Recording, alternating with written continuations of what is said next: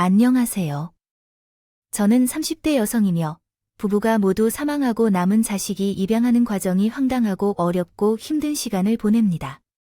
이에 분노할 만한 상황이라고 생각되어 함께 들어주셨으면 합니다. 제가 어릴 적에 가난한 가정에서 자랐는데 17세 때 부모님이 교통사고로 돌아가셨어요. 부모님께서는 농산물 시장에서 채소를 배달하시는 일을 하시는 중에 졸음운전 차량의 역주행으로 큰 사고를 당하셨습니다. 부모님을 잃은 후로 정말 어려운 시기를 겪었고 시간이 흘러 20대가 되었습니다. 계속 우울한 마음으로 살 수는 없다고 생각하고 부모님의 생각을 떨쳐내고 삶을 이어가기로 결심했습니다. 저는 아무런 유산을 받지 못한 채 홀로 살아야 했습니다. 부모님은 돈을 쓸 때 아까워하셔서 흔한 보험조차 가입하지 않으셨습니다. 그래서 부모님께서 돌아가신 후 제게 남은 돈은 300만 원밖에 없었습니다. 이 돈을 어디에 쓸지 고민할 필요도 없었습니다. 혼자 살 수 있는 원룸을 구하기로 결정했죠. 부모님과 함께 살던 집은 보증금을 모두 빼가야 했기 때문에 제가 가지고 올 돈은 없었습니다. 그래서 17살 때 작은 방에서 혼자 생활을 시작했는데 생활비를 벌기 위해 학교를 졸업하고 나면 알바를 하기로 했어요. 사실 자퇴까지 생각해 보았지만 학교 담임 선생님은 제가 조금이라도 도와줄 테니 자퇴만은 하지 말라고 말씀하셨습니다. 나중에 후회하게 될 것이니 꼭 졸업할 때까지 좋은 추억과 열심히 공부하라고 했어요. 그래서 담임 선생님 덕분에 마음을 잡고 학교 생활에 충실했습니다. 결과적으로 무사히 고등학교를 졸업하게 되었고 대학은 포기했습니다. 학자금 대출을 받아 대학 생활을 해도 되겠지만 공부를 잘하지 못해서 괜히 돈 낭비하는 것 같아 아예 대학을 가지 않기로 마음먹었습니다. 고등학교 졸업만으로도 사회생활에 아무런 지장이 없었어요. 물론 대기업 같은 곳으로 취직할 수 있는 기회도 계속 있을 겁니다. 없었지만 배우고 직장 생활을 하는 데에는 아무런 제한이 없었던 것 같아요. 저는 캐디라는 직업을 선택했어요. 골프장에서 고객들을 편리하게 도와주는 역할을 하는 일이었죠. 급여도 좋고 뽑는 인원도 많다는 말에 주저하지 않고 지원해서 일을 시작했습니다. 광대한 골프장을 돌아다니며 보조 역할을 충분히 해주면 되는 거라 일은 크게 어렵지 않았어요. 다만 나이 많은 아저씨들이 손님의 요구사항을 다루는 일이 잦아서 짜증만 조금 나긴 했어요. 이런 상황일 때마다 대처하는 매뉴얼이 있어서 스스로 해결하고 넘어갈 수 있기는 했지만 일주일에 한 번씩은 희롱을 당하기도 했습니다. 사실 이런 문제 때문에 그만두고 싶었지만요. 캐디가 여러 시간을 보냈어요. 하지만 저는 많은 월급을 포기하고 싶지 않아요.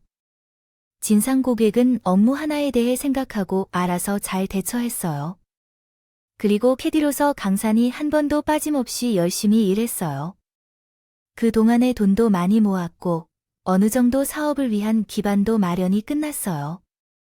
그래서 그 돈을 이용하여 다른 일을 시작하려고 했지만 사업이 아닌 다른 길을 택하게 되었어요. 몇 년 동안 사귀었던 남자친구가 제게 프로포즈를 했거든요. 그분은 성실하게 일하는 제약회사 영업사원이었고 수년 동안 진실된 사랑을 보여줬어요. 남자친구가 결혼하자고 했을 때 저는요. 13년 전 사고로 부모님이 돌아가셨습니다. 그 이후 혼자 혈혈단신으로 살아왔기 때문에 가족이라는 개념이 너무나 그리웠습니다. 그래서 청혼을 받아들이기로 결심했습니다. 사업자금으로 받은 돈은 혼수를 준비하는 데 사용하고 나머지는 미래를 위해 저축하기로 했어요. 자녀를 낳으면 돈이 많이 필요하다는 것을 알기에 제 가족을 위해 사용하기로 했죠. 부모님이 계셨지 않아 예비 시부모님에게만 허락을 받으면 된다고 생각했습니다. 혹시 제 배경을 보고 싫어하실까봐 걱정했는데 시부모님은 그런 점에 신경을 쓰지 않는 분들이시더라고요. 고졸 학력으로 캐디 일을 하다가 그만두고 백수가 된 상황에서 솔직하게 말씀드렸더니 부모님께서 자신의 아들과 함께 잘 살아라는 허락의 말씀을 해주셨습니다.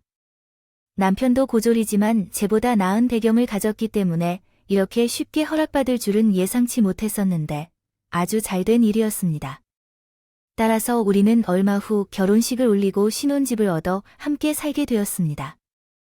시댁 형편이 좋지 않아 아무런 도움을 받지 않고 우리 둘만의 능력으로 적절한 집과 혼수를 마련해 살아가게 되었습니다.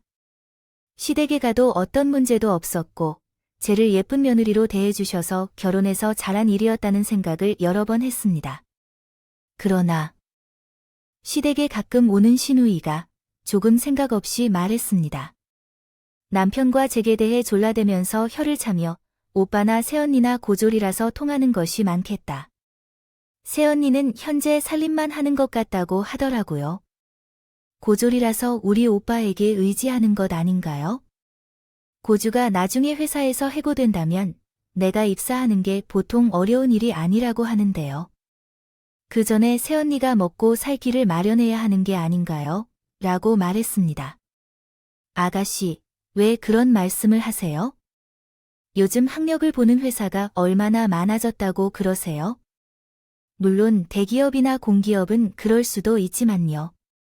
몰라도 중고등학교만 졸업해도 잘 먹고 사는 사람들이 많이 있어요. 그런 저학력 있는 사람들이 어떻게 성공했는지 아세요? 날마다 밤새 가면서 몸을 갈아 만들 정도로 매우 수고했기 때문이랍니다. 그러나 그것은 뒤늦게 골병으로 돌아올 수 있다는 사실을 명심하세요. 새언니, 지금 휴식 중이던 중 방송통신대학교라도 나와서 공부하시는 게 어떠세요? 한심하게 시간을 허비하지 마시라는 저의 충고입니다. 교대에 나와서 선생님들과 함께하는 경험에서 얻는 조언이니까 꼭 기억하고 들으시길 바랍니다. 네, 이해했어요, 아가씨. 저는 지금 집에서만 살림을 하는 게 아니에요. 부업으로 수세미를 뜨개질하며 일하고 있어요. 하나당 1,000원을 받아서 하루에 3만 원을 벌 수 있답니다. 3만 원이에요. 우리 새언니 대단하세요. 살림하면서 3만 원씩 버시다니, 그러다가 부자가 되실 거예요. 새언니, 제 남자친구는 학원 강사로 1시간에 얼마나 받는지 아세요? 새언니의 10배인 30만 원 번다고 하네요. 이게 바로 고졸과 대졸자의 차이점입니다. 아시나요? 아가씨 정말 잘 아시네요. 아가씨는 중학교 선생님인데 A씨는 인기 학원 강사라니 정말 대단합니다. 그렇죠. 고졸 무식자들은 계속 이렇게 살 테니까 신경 쓰지 마시고 열심히 하세요. 신우이는 교대를 나와 중학교 교사로 재직 중이었고 애인인 그 남자는 명문대를 나와 수학을 강사로 일하고 있을 때 몸값이 비싸다며 허구를 떨던 어떤 날 신우이는 이듬해 결혼할 남자를 데리고 왔어요. 별로 보고 싶진 않았지만 집안 식구로 들어올 수밖에 없었기 때문에 억지로 시댁으로 찾아갔답니다. 신우이가 우리 부부를 보며 피식 웃으며 소개하더군요. 오빠 새언니, 내 남편이 될 사람이에요. 직업은 들어서 알아요. 강남에서 아이들을 가르치는 일타 강사예요. 지난번에 얘기했었죠. 100점짜리 남편감이란 말입니다. 아가씨, 대단하셔요. 이런 분을 남편으로 맞이하게 돼서 정말 대단하세요. 축하드려요. 새언니랑은 다른 세상에서 사는 사람이라고 생각해요. 신기하시죠? 궁금한 거 있으면 물어봐도 돼요. 잘난 제 남편이 다 말해줄 겁니다. 궁금한 게요. 저 그런 거 없어요. 다른 사람의 인생이 별로 궁금하지 않거든요.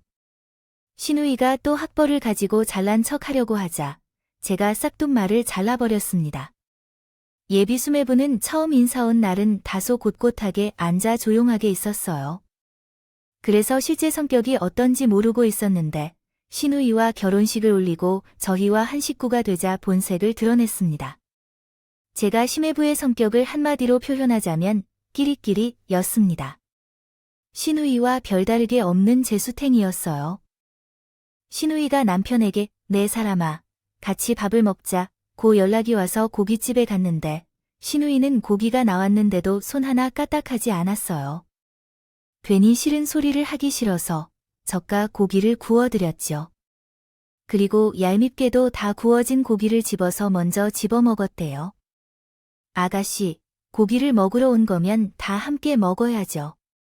그런데 다 구워진 것만 먼저 골라 먹으면 어쩌죠? 기본 예의를 모르는 건가요? 어디 가서 그렇게 행동하지 마세요. 괜히 욕먹게 됩니다. 새언니, 젊은 꼰대 셈인가요? 음식 먹는 걸로 위아래를 따지시네요. 보수적인 성향인가 봐요. 요즘 젊은 사람들은 그런 걸 따지지 않잖아요. 엄청 싫어하는데 언니야말로 그런 말씀 어디서 하지 마세요. 꼰대라 욕먹는다니까요. 제가 한마디 하면 두 마디로 변하는군요. 기가 막히지만 기이해했지만 식사 자리에서 화내는 건 아닌 것 같아요. 입을 다물고 마저 고기를 구웠습니다. 그렇게 억지로 식사를 하고 자리를 일어났는데 길을 걷다가 공장 단지를 지나쳤습니다. 신우이는 코를 막고 제게 말했어요. 아우, 새언니, 이게 고졸들의 공기군요, 맞죠? 형님도 이런 공장에서 일해본 적 있지 않나요? 곰봉이들, 진짜 짜증나는데요. 그래서 사람은 배워야 한다고요. 무식하면 손발 고생이니까요. 아, 맞다. 새언니, 캐디 출신이죠. 골프 치는 사람들 뒤에서 속닥거리는 말들 말이에요. 나는 이렇게 번역하고 옳은 문법으로 수정해 드리겠습니다. 곰나기들, 진짜 짜증나는데요. 그래서 사람은 배워야 한다고요. 무식하면 손발 고생이니까요. 아, 맞다. 새언니, 캐디 출신이에요. 골프 치는 사람들 뒤에서 속닥거리는 말들이에요. 나는 골프장을 자주 다니면서 캐디들을 막 부리고 그렸습니다. 그러던 중 우리가 예전에 골프장에서 만난 적이 있을지도 모르겠네요. A와 B의 입장으로 얘기하자면 신우이의 주둥아리는 쉴 새 없이 떠들어대며 뱉는 말은 하나같이 역겹기 짝이 없었습니다. 결혼한 지 3년 차가 되자 남편이 제약회사를 그만두고 약을 생산하는 공장을 매입했어요. 제약 관련 사업을 하고 싶다고 마음먹었는데 돈이 꽤 모여서 약국에 들어가는 약을 생산하게 되었습니다. 초기 자본이 많이 들어가긴 했지만 제가 조금 보태줘서 대출까진 받지 않아도 됐습니다. 이 소식을 시부모님께 전해드렸더니 대단하다고 말씀해 주셨고 저에게 고맙다는 말씀도 잊지 않으셨습니다. 게다가 축하 파티를 해야 하지 않겠냐며 저희 부부를 시댁에 초대해 주셨습니다. 그 자리에는 신우이 부부도 와 있었는데 좋은 날이어서 반갑게 인사하고 마주 앉았어요. 시부모님은 축하의 말씀과 덕담을 주셨는데 신우이와 시어머니는 악담을 퍼붓더라고요. 신우이가 먼저 온을 띄었습니다. 오빠, 제약 공장 차렸다고. 오빠는 어떻게 된다고 생각하는 거지?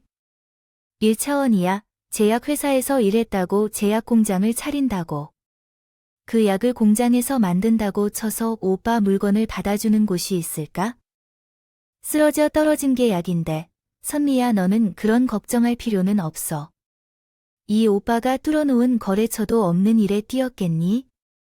내가 먹고 사는 건 내가 알아서 할 테니까 그 놈의 잘난 척 좀 그만해라. 남편이 그렇게 경고하자 신우이는 비웃으면서 말을 아꼈는데 이번에는 심야부가 주둥이를 나불거리더군요. 형님 공장에서 일하면 기관지 다 상하는 건 아니에요. 저랑 와이프는 공기청정기가 빵빵한 곳에서 일하니까 상관없는데 공장에서 일하면 몸이 많이 상하실 것 같아요. 그래서 학력이 짧으면 오래 못 산다고 하잖아요. 불쌍하네. 그러게 학창시절에 공부 좀 열심히 해야겠어. 대학을 졸업하지 못해서 그런가요? 말이 너무 심하시네요. 우리 남편의 공장은 매우 안전하게 생산합니다. 청결을 위해 방진복과 마스크를 착용하고 있어요.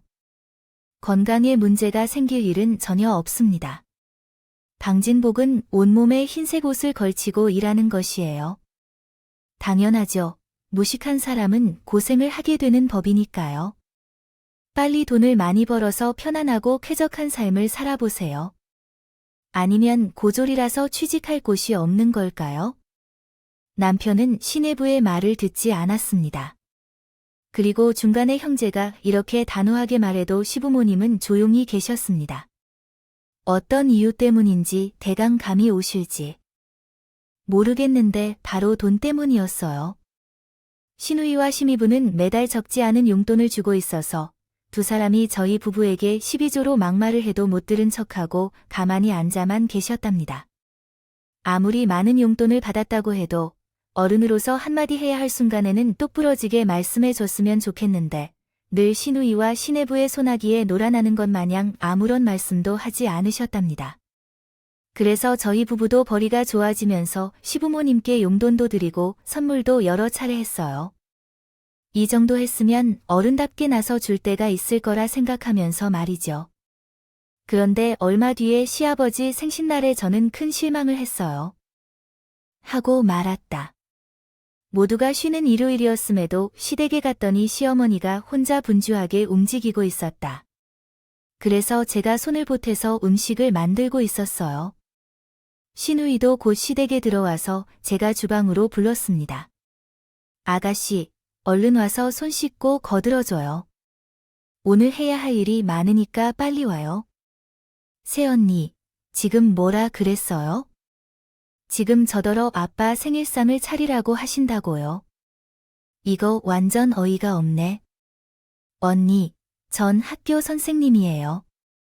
제 손은 책을 들라는 건지 밥상을 차리라는 건 아니거든요. 그리고 내가 며느리도 아닌데 왜 주방에 끼어들어요? 못 배운 언니나 밥하세요. 이때 사람들은 보통 급으로 나뉘게 된다고 합니다. 제가 학교 선생님이기 때문에 편하게 할 수 있어요. 언니는 고졸이고 교양이 부족해서 주방에서 간단한 일만 할 수 있어요.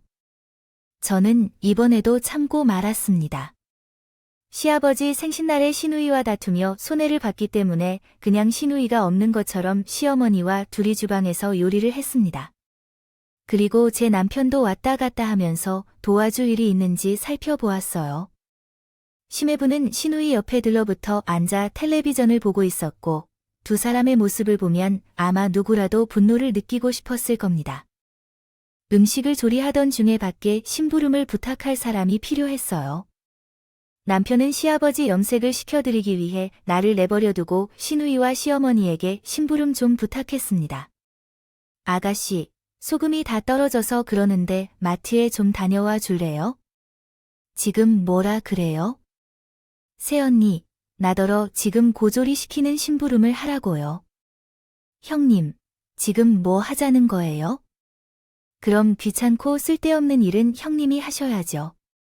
우리처럼 엄마, 아빠한테 용돈 많이 주는 것도 아니면서 왜 심부름을 시키려고 그래? 아가씨 말 심하게 하는 거 다 참아줄 테니까 어서 가서 사와요. 나는 지금 해야 할 일이 많아요. 정 안 되겠습니까? 좀 다녀와 주세요. 제 말에 심히 보며 멀뚱이인데 그렇게 하다가 소금이 뭐냐고 물어보더군요. 정말 기가 막혔습니다. 아주머니, 소금이에요. 무슨 소금이라고요? 꽃소금이야. 그거 한 봉지만 사다 주세요. 소금을 꽃에 달린 건가요? 무슨 소금 이름이 그렇다고 하죠? 모르겠으니까 아주머니가 다녀오시죠. 시매부는 낄낄거리면서 시누이에게 잘 받아쳤냐고 비웃고 있더라고요. 이런 두 사람을 보니 한숨만 연신 나오더라고요. 결국은 제가 다녀오기로 하고 앞치마를 벗고 마트에 갔습니다. 소금과 다른 필요한 것을 살펴보다가요. 후추와 간장을 같이 샀어요. 그리고 마트를 나오는데 낯익은 얼굴을 보게 되었어요. 외삼촌.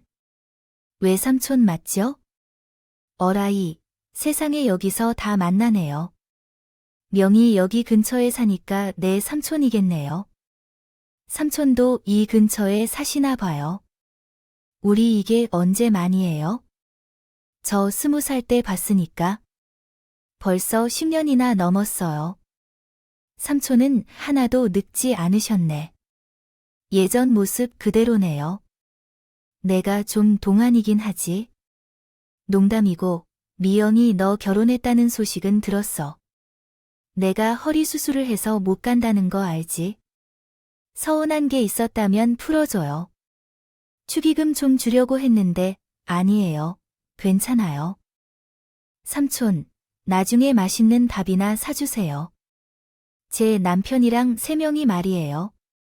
아, 그래요? 삼촌은 남는 게 돈밖에 없으니 언제든 연락해주세요. 그런데 씨는 집이 근처에 있어요? 아니요. 제 집은 옆 동네고 여긴 시댁이에요. 오늘이 시아버지 생신이라. 아이고, 그렇군요. 그럼 아파트는 설마 그 친구가 아파트니라고요? 네, 맞아요. 그럼 삼촌도 그 아파트에 사시는 거예요? 이게 신기하네요. 사랑스러운 조카 시력이 나와 이웃집이었다니. 아이고, 참, 너희 시댁 식구들과 나란히 있어서 인연이 깊은 것 같네요. 저희와 외삼촌은 밀린 이야기를 나누며 아파트 단지 안으로 들어갔습니다. 그런데 외삼촌이 사시는 곳이 돈과 호수라는 것을 듣고 나는 다시 한번 놀랐습니다. 저희 시댁 옆에 사시고 계시다는 거였죠. 삼촌, 진짜 별일이에요. 우리 시댁 옆집에 사시다니. 앞으로 자주 찾아갈게요.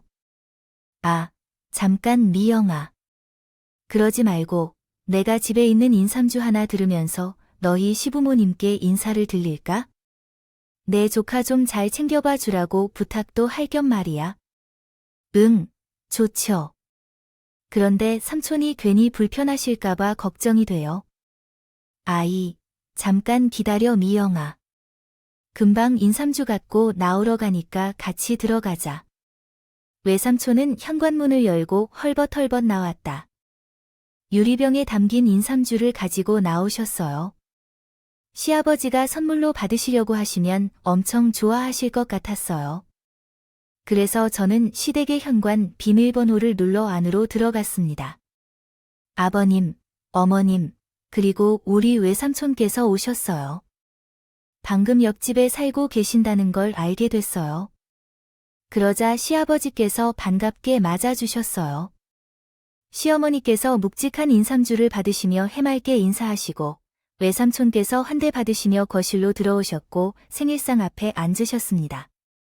잠시 후 방에 있던 시누이와 시매부가 나오더니 인상을 찌푸리며 말하길, 새언니, 여기가 무슨 시장거리인 줄 아세요? 웬 아저씨를 하나 달고 들어왔어요. 아가씨, 저희 외삼촌이세요. 예에 바르게 인사 좀 부탁드릴게요. 우리 아빠 생일에 무슨 삼촌을 데리고 와야 할지 몰라서요. 안녕하세요. 아저씨, 먹을 게 많아서 찾아왔나 보군요. 대충 배 채우면 나가주세요. 저랑 남편은 낯가림이 있어서 편히 못 있거든요. 시누이가 거실로 나와 앉으며 퉁명스럽게 말했다. 외삼촌이 대답했습니다. 반갑습니다. 잠깐만, 우리 어디서 본 적 있지 않아요? 나 찍는데 외삼촌이 시누이를 가리키며 고개를 갸웃거리면서 말했더니 시누이는 얼굴이 빨개지면서 고개를 숙이는 것이었어요. 본 적이 있긴 전혀 없거든요. 괜한 말씀 마시고 식사나 빨리 하고 나가세요. 이제야 기억이 난다. 그 임 선생 맞죠? 임재순 선생이 맞아요. 나야 나하고 교육감이에요. 당신이 임용고시 합격하고 면접을 봤던 교육감이라는 말입니다. 저는 외삼촌이 교육감인 건 알았지만 교사들이 면접을 보는 것도 그때 처음 알았고 시누이와 구면인 것도 몰랐습니다. 외삼촌 말에 시누이가 마지못해 고개를 끄덕였어요. 아, 그랬던 것 같네요. 그동안. 안녕하세요. 교육감으로서 열심히 밥을 먹고 살고 있어요.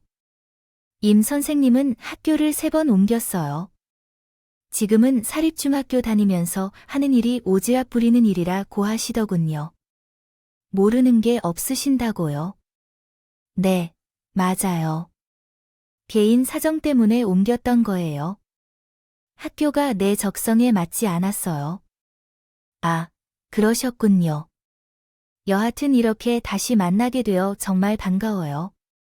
외삼촌은 반가운 얼굴로 신우이를 지켜보았지만 신우이는 죄를 짓은 것처럼 고개를 제대로 들지 못하는 걸 봤어요. 그리고 조금 후 식사가 시작되었고 외삼촌은 잠시 화장실에 손을 씻으러 가셨다. 그 사이에 신우이가 저에게 경고했답니다.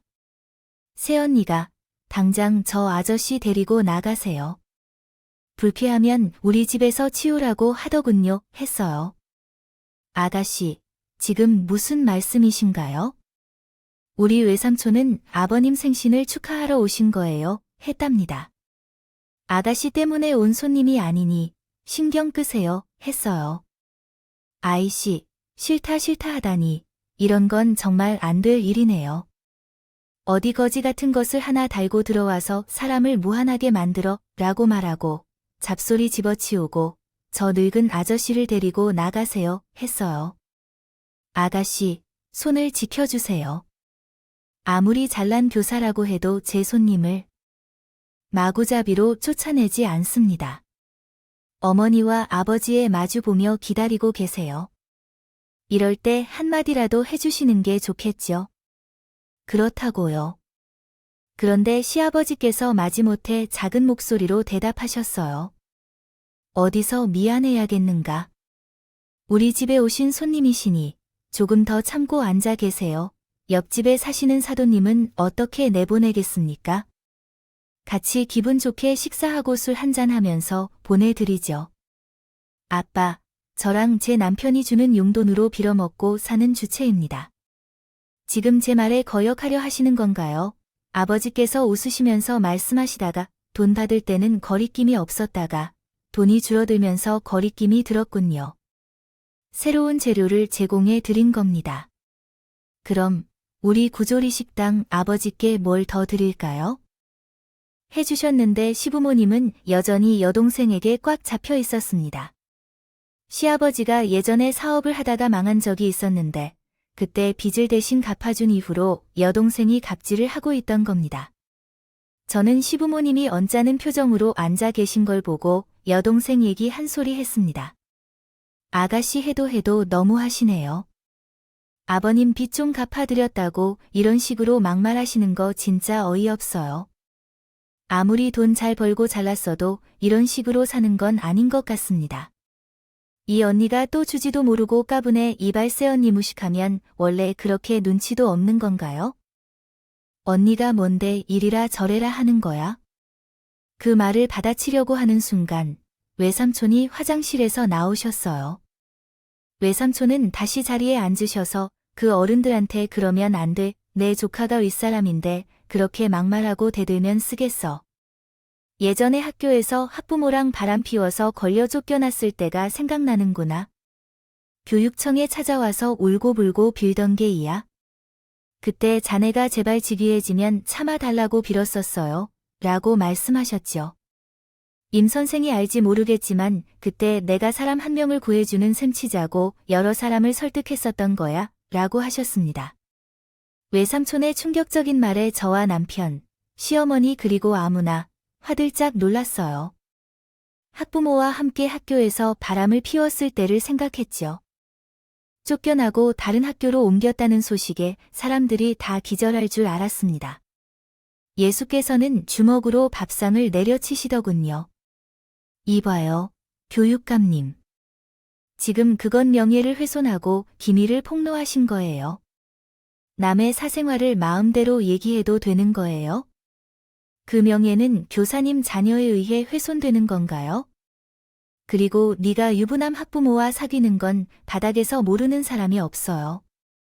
넌 유부남과 사귄 적이 한 번도 없고 2번이나 있잖아. 그래서 이제 3번째 학교에서 근무하고 있는 거고. 그렇겠네. 왜 내게 최악의 상황인 고졸녀의 삼촌이 되었는지 모르겠네. 진짜 최악으로 전부 망했네. 저는 그것을 미리 알았기 때문에 신부와 신우이가 어떤 결말을 맞게 될 것이라는 것을 빨리 알고 있었습니다. 그리고 얼마 후 시무부가 입을 열었을 때 매우 충격적이었습니다. 그냥 괜찮아. 살다 보면 결혼한 남자와 사귈 수도 있지. 그런 거로 열받아 하지 마. 나는 아랫사람들과 사귀어서 학교를 2번 옮겼는데 괜찮다고. 사실 나도 학원 강사로 일하면서 학생들과 사귀었고 학부모들과도 사귀어 봤어. 비밀스럽게 연애하는 것이 스릴 있고 즐거워. 그래? 그래서? 넌 그런 녀석이었구나. 완전 무례한 녀석이야. 내가 뭔가 특별한 건 뭐니? 도찐개찐이야. 그냥 옛날 얘기는 잊어버리고 현재를 충실하게 살아가면 된다고 생각해. 나는 당신이 하는 말을 다 이해하니까 당신도 나를 이해해 줬으면 좋겠어. 과거는 그저 과거에 불과하다고 생각해. 저기요, 교육감 아저씨 보셨죠? 나를 해코지하려고 시도한 것은 놀랍긴 하지만 나에게는 아무런 상처도 줄 수 없어요. 밥 다 먹었으면 그만 떠나 주시지. 맞아요. 시누이나 심해부나 아주 서로 어울렸습니다. 시누이의 과거를 드러내자 심해부도 마찬가지로 놈이었단 걸 눈치챌 수 있었지요. 둘이 찰떡궁합이라고 생각해요. 외삼촌은 이제 나가야 할 때가 온 것 같다며 식사를 마치고 시부모님께 인사를 드린 후 옆집으로 돌아갔습니다. 그때부터 집안 분위기는 아주 싸늘했습니다. 잠시 후 시누이가 입을 열었어요. 오늘 있었던 일 어디 가서 말하지 마세요. 엄마 아빠는 당연히 비밀로 하겠지만 오빠랑 새언니 입 조심하세요. 괜히 동네 소문 나간다면 3번째 학교에서도 잘리고 말 것이니까. 아가씨, 학교도 삼진 아웃이라는 게 있나요? 이번에 또 걸리면 교사 자리에서 잘리는 거예요. 에이, 진짜 이봐요. 언니, 그냥 알겠다고 대답하면 될 것이지. 왜 토를 달고? 그래요. 과거에는 잘못을 조금 했었지만 지금은 아니에요. 그러니까 입을 함부로 놀리지 마세요. 그래요. 그렇지만 나처럼 고졸이라고 해서 누가 도와줄 것 같아요? 저는 시누이의 약점을 잡았더니 흥미로운 일이 이어질 것 같았어요. 일주일 뒤에는 시댁에 다시 가야 했는데 혼자 나섰습니다. 시어머니에게 반찬도 받을 것이고 선물로 안마기를 가져가야 했죠. 그런데 길 가다가 아파트 회장님은 만났어요. 자주 드나들어서 서로 인사하는 사이였거든요. 저는 안부를 물어보고 수다를 떨고 있던 중에 뒤에서 머리카락을 잡힌 적이 있었어요. 그 사람은 내 시누이였습니다. 이 여자, 정말 참을 수 없어서 나에 대해 소문을 퍼뜨리고 있었던 거야. 어디까지 말했니? 당장 이야기해봐. 아가씨는 뭐 하는 짓이냐고, 내가 무슨 소문을 퍼뜨렸다는 거냐고 물었습니다. 유부남 학부모와 바람 피운 거야? 그런 얘기는 아무에게도 하지 않았어요. 그 말을 들은 아가리 아줌마는 이런, 내 어디 이런 소문을 퍼뜨리는구나. 너무 가벼운 입이네, 라며 화를 냈어요. 아가씨, 일단 이거 놓아주세요. 함께 이야기를 해봐요, 라고 말했습니다. 머리채를 잡고 가만히 있을 수밖에 없었어요. 아파트 회장님께서 말려주려고 해도 소용없었죠. 그러나 그때 누군가가 시누이의 머리채를 잡고 바닥에 내팽개쳤어요. 그 누군가의 얼굴을 보니 외삼촌이었어요. 퇴근하는 길에 마주쳤을 것 같았어요. 내가 조금 더 힘을 내보라며 말했지만 교육감이 뭐냐며 허세를 부릴 뿐이라고 했어요. 하지만 나도 그저 일반 공무원일 뿐이라며 내가 잘못한 것도 없는데 어디서 협박하냐고 물었어요. 해볼 것이 있다면 해봐. 너 같은 노땅이 뭐래도 아무렇지 않다고 했죠. 그래서 그때부터는 각오를 다지며 계속할 것입니다.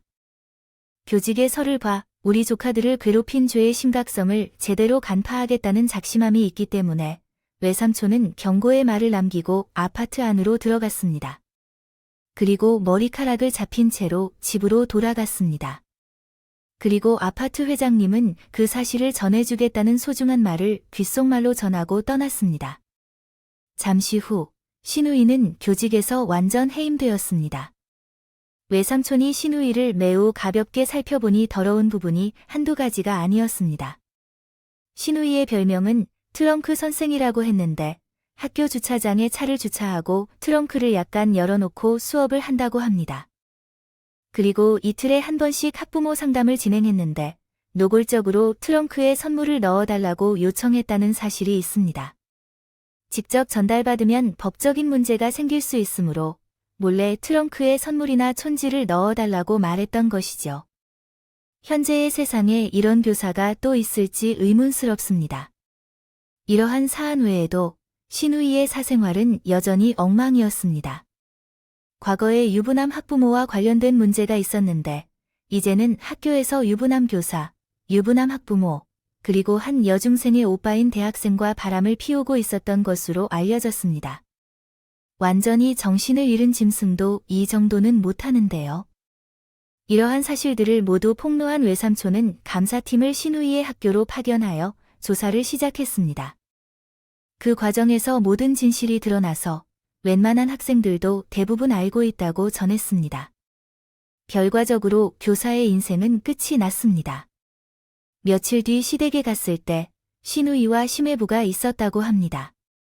둘은 아직도 헤어지지 않고 잘 지내고 있다고 합니다.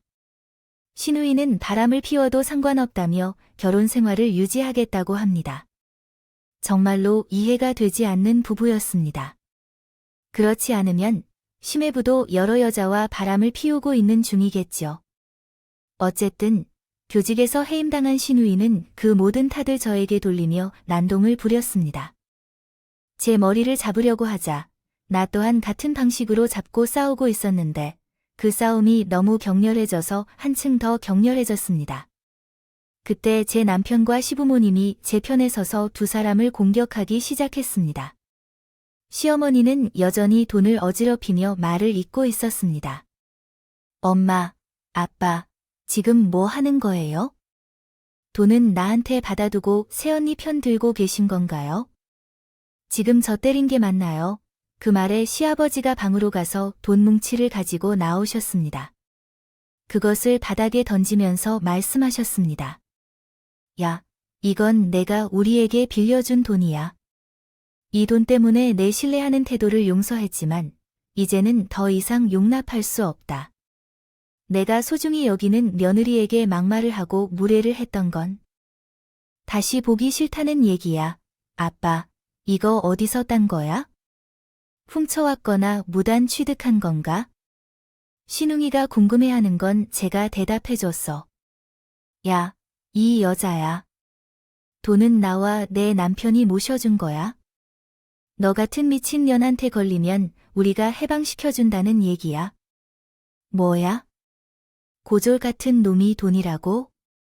내가 돈을 벌었다고?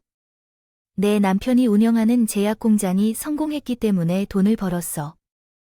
내가 너희 취급하는 동안에 우리 남편의 공장은 법인 회사가 되고 매달 매출 10억 이상을 올리고 있대. 그 뭔 말이냐? 대학 졸업한 놈이 우리 가족을 빈정상으로 만들고 바닥에 묻고 싶다는 얘긴가? 때려눕힌 채로 이제 우리는 이만하면 됐다 생각해. 그래서 사과를 했더니 받아줄 줄 알았어요. 하지만 시댁 부모님의 생각은 다르게 받아들였어요. 신우이를 키우면서 늘 싸가지 없고 버릇없는 모습을 본 적이 많았던 것 같아 쉽게 용서하지 않는다고 하셨어요. 그래서 다시는 시댁을 찾지 않도록 엄포를 내리셨어요. 너희 둘 더 이상 여기로 오지 마라. 매번 우리 가족들의 감정을 상하게 하고 나쁜 말을 하는 너희들은 더 이상 들어오지 말라고. 이 노부모가 치매에 걸렸나 아빠 나야 나 아빠 딸이라고 나 아니었으면 아빠는 사업 망하고 집에서 지내게 했을 거야. 이런 은인을 이렇게 내치겠다고요. 차라리 지하방에서 살아야 했을 것 같아요. 매일 당신이 위에 앉아서 갑질하고 막대하는 모습을 보면서 우리 마음이 상하게 됐어요. 당신이 변하지 않는 한 우리 집에 오지 말아주세요. 진심으로 잘못을 깨닫고 변화하면 그때 다시 오세요. 정말 화낼 거예요. 제가 아닌 사람이라면 아무것도 없는 쓸데없는 존재처럼 보일지도 몰라요. 돈을 벌어다 줬다고 오만스러워하는 사람들이 있어요. 그런 사람들이 얼마나 오랜 시간을 버텨낼지 궁금하네요. 저와 남편이 성공의 인생의 고난과 역경을 보여줄 거예요. 다들 준비하세요. 제가 모두를 발각해서 드러내줄 테니까요. 신우이는 마침내 사과 대신 막말과 욕설을 쏟아내며 떠나버렸어요. 그리고 신우이 부부에 대한 소문을 들었습니다. 우리 동네는 참견하는 사람들이 많아 한쪽만 건너면 소문이 쉽게 퍼집니다. 우리 아파트 회장님들은 소식을 듣고 굉장히 충격을 받았습니다. 사배고 며느리, 이쪽으로 와봐. 재미있는 얘기 해줄게. 아, 회장님 안녕하세요. 어떤 좋은 소식이신가요? 좋은 일? 글쎄, 듣자면 할 것이야. 신호위를 하던 여자 말이지. 그 남편이 학원에 취직했다는 거 알았어. 아니요, 제 아내가 그 학원에 취직했다고 하더군요. 하긴, 다신 학교에서 일 못하니 학원으로 빠진 모양인데. 아니요, 이제부터 시작이라고. 당신의 신호이랑 신부대의 사람들은 각자 날마다 카트나 의자에 앉아 부모님들하고 대화를 나눠. 네, 그게 사실이에요. 그래서 두 사람은 어떻게 되었나요? 이혼했겠죠. 아니요, 둘 다 문란한 생활 때문에 학원에서 그만둔 뒤 텍스로 소통하고 있다고 해요. 여전히 함께 사는 것처럼 말이에요. 이거 진짜 뉴스네요. 진짜 핫하네요.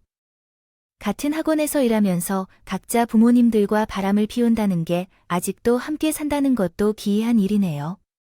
정말 흥미로운 이야기예요, 회장님. 그 앞으로 어떻게 될지 모르겠지만요.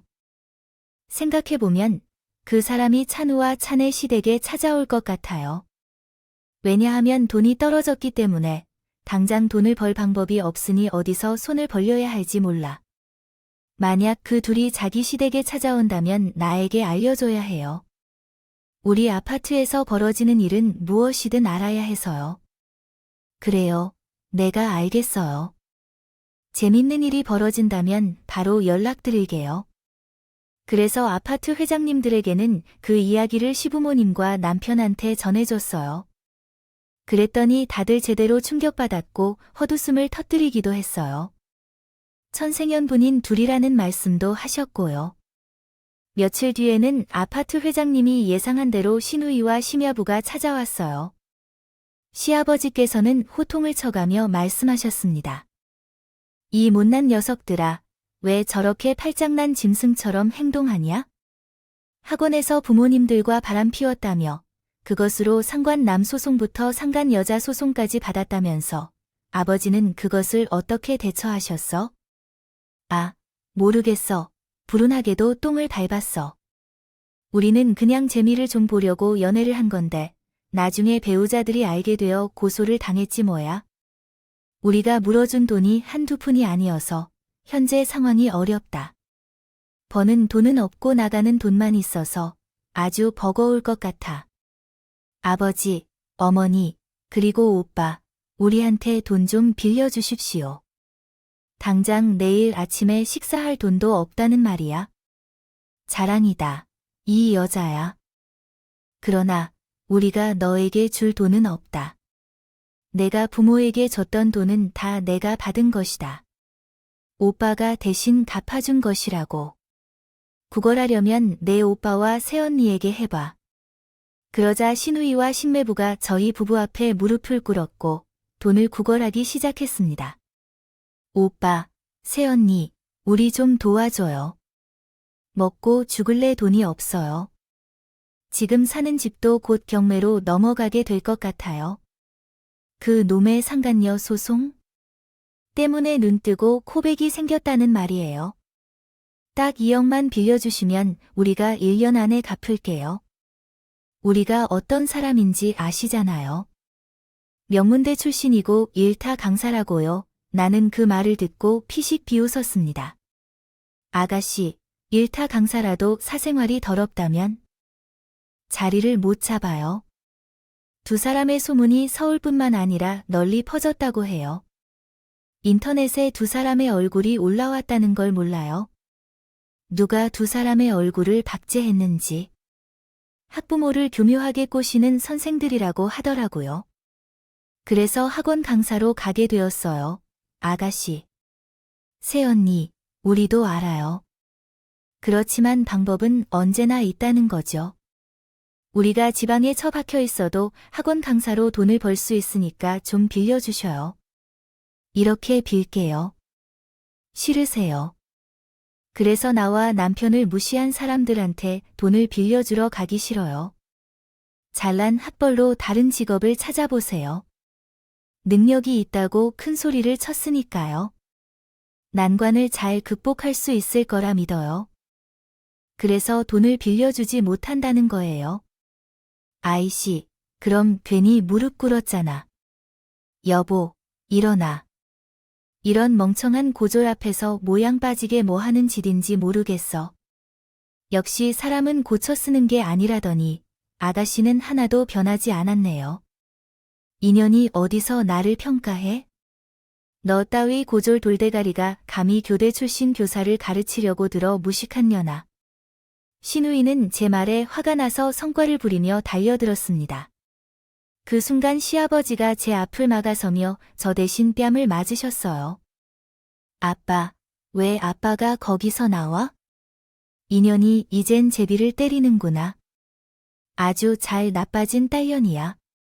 일부러 그런 게 아니잖아. 미안해, 아빠. 잡소리를 집어치우고 나가라 내년아. 니년 남편이 3명이 될 때까지 발도 붙일 생각하지 마라. 시아버지의 으름장에 신우이는 다시 더러운 표정을 지으며 말했다. 그래, 나도 더러워서 이 집 식구 안 해. 나가 없었으면 아무것도 안 됐을 바보들아. 다들 엿을 먹고 오래오래 벽에 똥을 바르며 살아라. 저와 남편이 응징하려는데 시아버지가 우리를 막았다. 그런 것과는 말도 섞지 말고 이젠 지들도 여기 찾아오지 않겠지.